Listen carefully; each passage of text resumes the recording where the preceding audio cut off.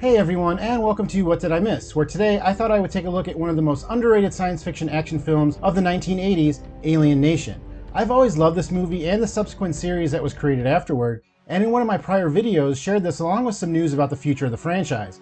I got so many positive comments about the film that I thought I would show my appreciation by doing a deep dive into the cult classic. If you do enjoy the video, you can help support the channel so that I can make more videos like this by simply hitting that like button. And if you would like more videos like this, be sure to hit that subscribe button and the bell so that YouTube lets you know when my new videos come out. It's easy to write off Alien Nation as another buddy cop movie that were so popular around the time of its release, with the films Beverly Hills Cop, Stakeout, and Lethal Weapon all being released in the years prior to the release of this film. But at its core, Alien Nation is a subverted look at the plight of displaced immigrants and their experiences trying to assimilate into new cultures. The movie was written by Rockne S. O'Bannon, who at the time was also writing episodes for the Twilight Zone series, and would go on to develop the science fiction series Sequest DSV, Farscape, and Defiance. Producer Gail Ann Hurd purchased the script and at the time was a big-time creator of science fiction films after being involved with James Cameron and the productions of Aliens and The Terminator, the latter of which she was credited as a screenwriter on.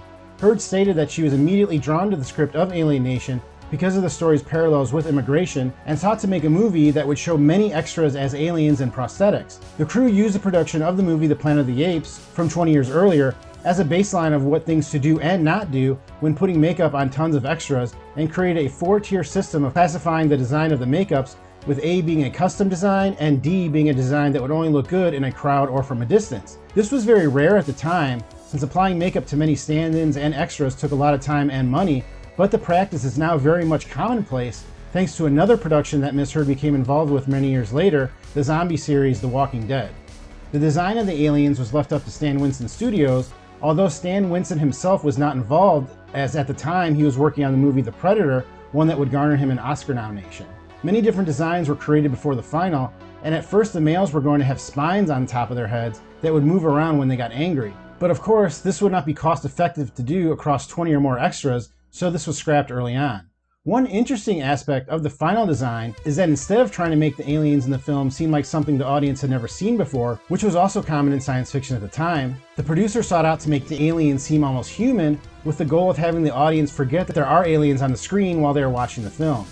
Another is that the main alien characters each had their own special designer who worked with the actors to accentuate their features so that the audience would immediately recognize them, and also differentiate them from the rest of the aliens. This is another movie makeup technique that would continue to be used many years afterwards, such as when Christopher Plummer would get his own unique makeup design to star as a Klingon general in the movie Star Trek: The Undiscovered Country a few years later. The film itself stars James Caan as a weathered Los Angeles police detective named Matthew Sykes, who after the murder of his partner takes it upon himself to not only solve said murder, but hunt down those responsible. Sykes is shown to be a broken man even before the events of the film, with him living a solitary life after being divorced and choosing not to be in contact with his daughter, even though he saves the answering machine tapes that have her voice.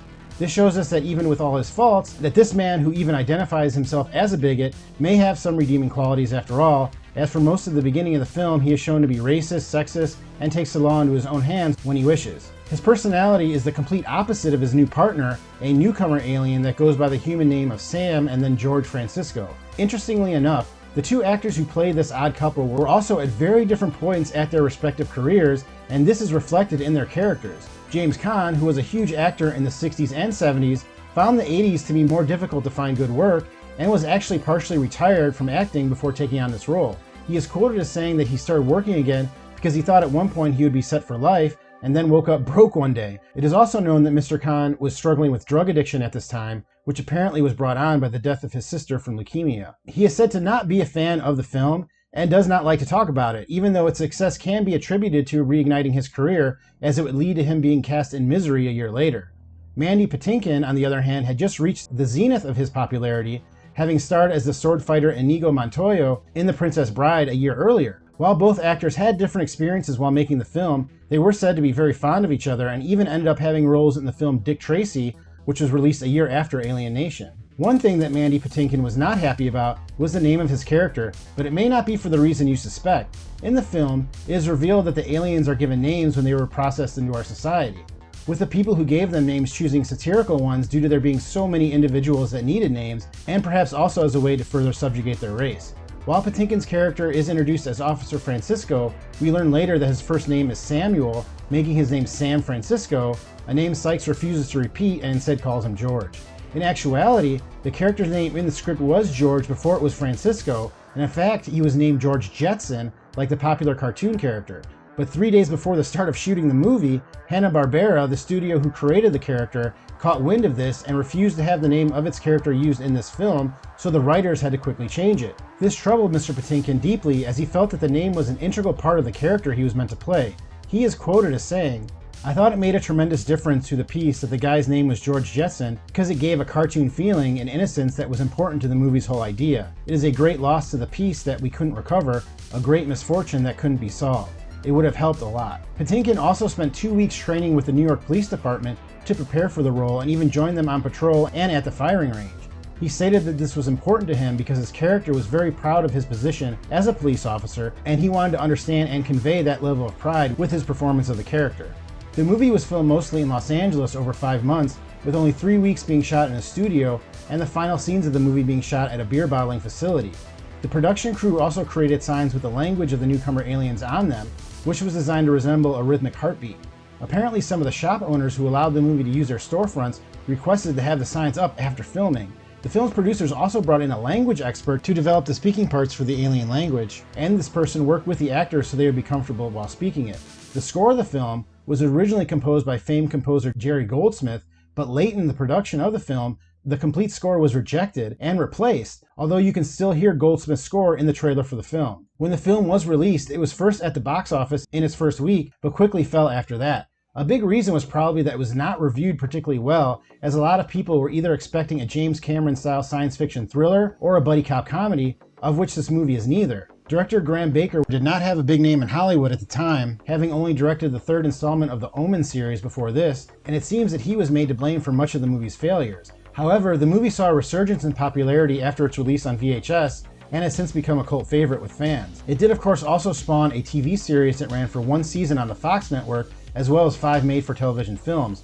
This series was recast with Gary Graham and Eric Pierpoint taking over the roles of Sykes and Francisco respectively. What I enjoyed most about the series is that it gets to do what the movie does not have time to and only touches on, which is the newcomer culture and its vast history. In my opinion, this makes the story much more interesting as it really highlights the misconceptions that most people have about cultures that they are not familiar with. One of the most infamous differences between humans and the alien newcomers is that the males of the species carry and give birth to their children, something that was shown during the series. But even outside of the Alien Nation franchise, you can clearly see the influence of this story in newer films that deal with the issue of immigration in a subverted way, such as the movies District 9 and Bright. Science fiction has the ability to sneak up on you while telling stories about political and ideological themes by trying to distract you with laser fights and otherworldly creature designs while telling a story that is just as meaningful outside your door as it is in outer space.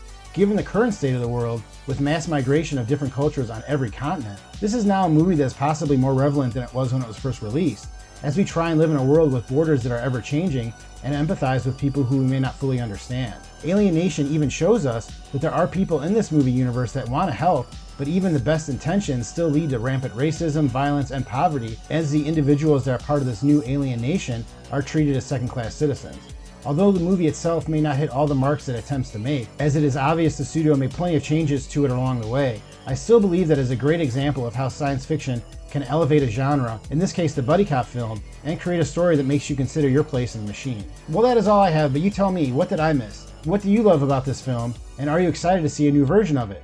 Again, I did do a video a few weeks ago about the future of Alien Nation, and I will link it here and in the description if you'd like to see it. Thank you very much for clicking on this video and watching it until the end. Please hit that like button and subscribe button if you have not yet, and I will see you next time on What Did I Miss?